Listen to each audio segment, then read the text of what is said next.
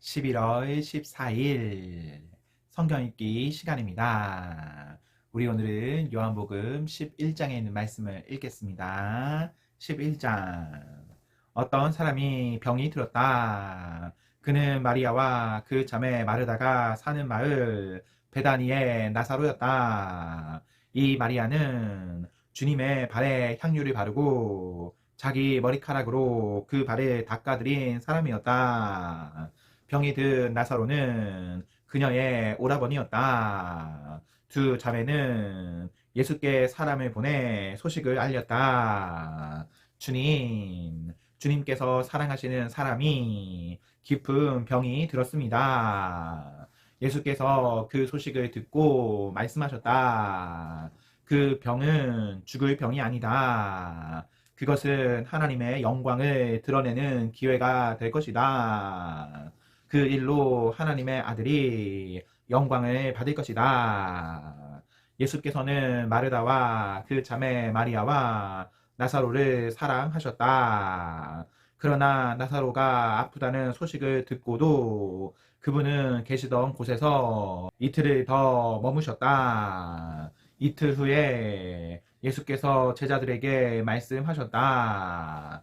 다시 유대로 가자. 제자들이 말했다. 라삐님, 그리로 가시면 안 됩니다. 유대인들이 선생님을 죽이려고 하는데 다시 가시다니요. 예수께서 대답하셨다. 낮은 12시간이 아니냐. 낮에 다니는 사람은 햇빛이 넉넉하기 때문에 넘어지지 않는다. 그러나 밤에 다니는 사람은 자신이 어디로 가는지 볼 수 없기 때문에 넘어진다. 이 말씀을 하신 뒤에 예수께서 이렇게 말씀하셨다.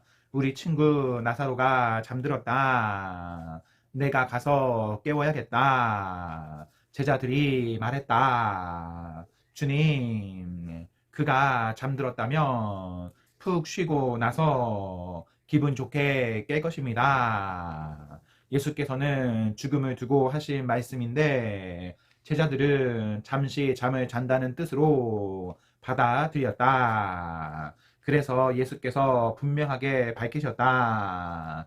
나사로가 죽었다. 내가 거기에 있지 않은 것이 너희에게는 잘된 일이다. 너희는 이 일로 믿음의 눈을 뜨게 될 것이다. 이제 그에게 가자. 바로 그때 쌍둥이라고 불리는 도마가 동료들에게 말했다. 갑시다. 우리도 그와 함께 죽는 것이 낫겠습니다. 예수께서 마침내 베다니에 도착해서 보니 나사로가 죽은 지 벌써 나흘이 되었다. 베다니는 예루살렘에서 몇 킬로미터 밖에 떨어지지 않은 곳이어서 많은 유대인들이 마르다와 마리아를 찾아와 나사로를 잃은 그들을 위로하고 있었다. 마르다는 예수께서 오신다는 소식을 듣고 그분을 마중하러 나갔고 마리아는 집에 남아 있었다. 마르다가 말했다. 주님께서 여기에 계셨더라면 제 오라버니가 죽지 않았을 것입니다. 그러나 지금이라도 주님이 구하시면 하나님께서 무엇이든지 들어주실 것을 제가 압니다. 예수께서 말씀하셨다. 내 오라버니가 다시 살아날 것이다. 마르다가 대답했다. 마지막 날 부활 때에 제 오라버니가 다시 살아날 것을 제가 압니다. 마지막 날까지 기다리지 않아도 된다. 지금 이 순간에 나는 부활이요 생명이다. 나를 믿는 사람은 죽어도 살고 누구든지 살아서 나를 믿는 사람은 결코 죽지 않을 것이다. 내가 이것을 믿느냐?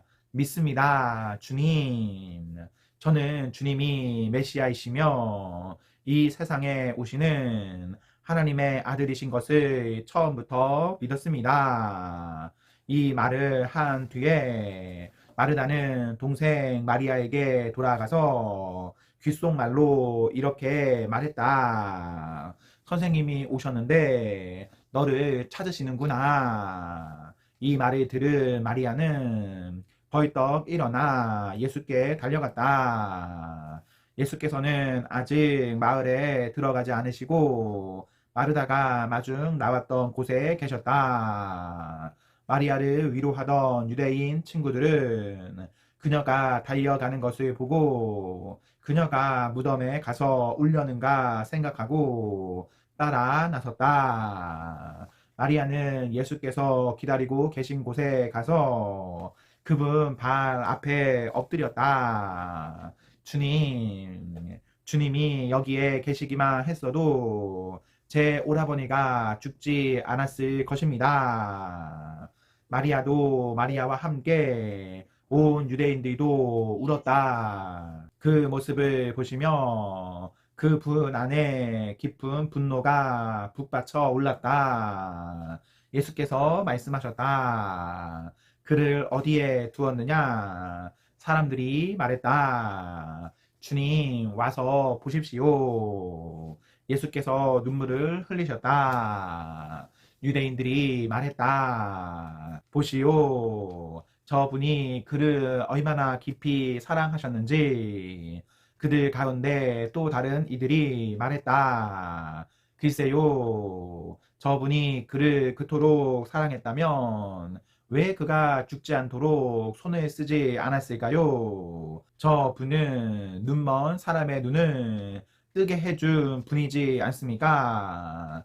예수께서 무덤에 이르셨을 때에 그분 안에 다시 분노가 북받쳐 올랐다. 무덤은 산 허리에 있는 소박한 굴인데 입구가 돌로 막혀 있었다. 예수께서 말씀하셨다. 돌을 치워라. 죽은 자의 누이인 마르다가 말했다. 주님, 이미 악취가 납니다. 죽은 지 나흘이 되었습니다. 예수께서 마르다의 눈을 들여다보며 말씀하셨다. 내가 믿으면 하나님의 영광을 보일 것이라고 내가 말하지 않았느냐. 그러고는 어서 돌을 치워라 하고 다른 사람들에게 명하셨다. 그 사람들이 돌을 치우자 예수께서 하늘을 우러러 보며 기도하셨다. 아버지, 내 말을 들어주시니 감사합니다. 아버지께서 언제나 들으신다는 것을 내가 압니다. 그러나 내가 이렇게 말씀드린 것은 여기 서 있는 이 사람들 때문입니다. 아버지께서 나를 보내신 것을 저들로 믿게 하려는 것입니다. 그런 다음에 예수께서 큰 소리로 외치셨다. 나사로야, 나오너라. 그러자 나사로가 나왔다. 머리에서 발끝까지 천으로 감고 얼굴에는 수건을 덮은 시신의 모습이었다. 예수께서 그들에게 말씀하셨다. 마음대로 움직이게 그를 풀어 주어라. 그 사건은 마리아와 함께 있던 많은 유대인들에게 전환점이 되었다. 그들이 예수께서 하신 일을 보고 그분을 믿게 된 것이다. 그러나 몇몇 사람들이 바리새인들에게 돌아가 예수께서 하신 일을 밀고 했다. 대제사장과 바리새인들은 유대 최고 의회를 소집했다. 어떻게 하면 좋겠습니까? 이 자가 끊임없이 일을 벌이며 하나님의 표적을 일으키고 있으니 말입니다. 이대로 두면 조만간 모든 사람이 그를 믿게 될 테고, 그러면 로마 사람들이 와서 얼마 남지 않은 우리의 권력과 특권마저 빼앗고 말 것입니다. 그러자 그들 가운데서 그 해에 대제사장으로 임명된 가야바라는 사람이 말했다.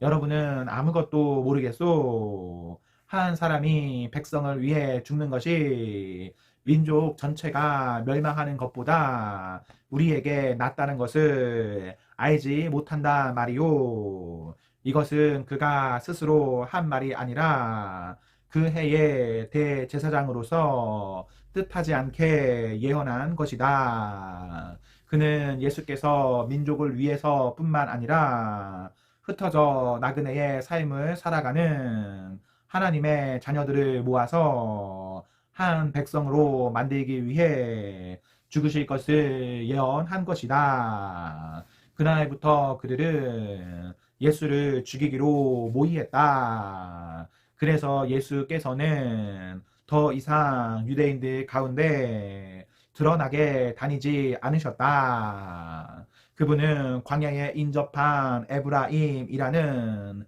시골 마을로 물러나서 제자들과 함께 머물러 계셨다.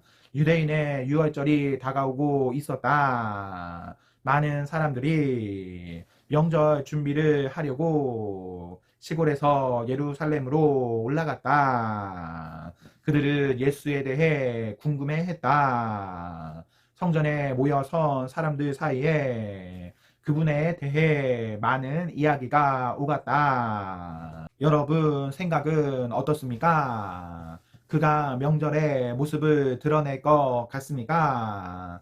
한편 대제사장과 바리새인들은 누구든지 예수에 대한 소문을 듣거든 자신들에게 알리라는 명령을 내려두었다. 그들은 예수를 붙잡을 만반의 태세를 갖추고 있었다. 아멘. 네, 오늘 말씀을 모두 읽었습니다. 우리 오늘 하루도 하나님과 사랑 앞에서 행복하십시오. 성령 충만하십시오. 안녕.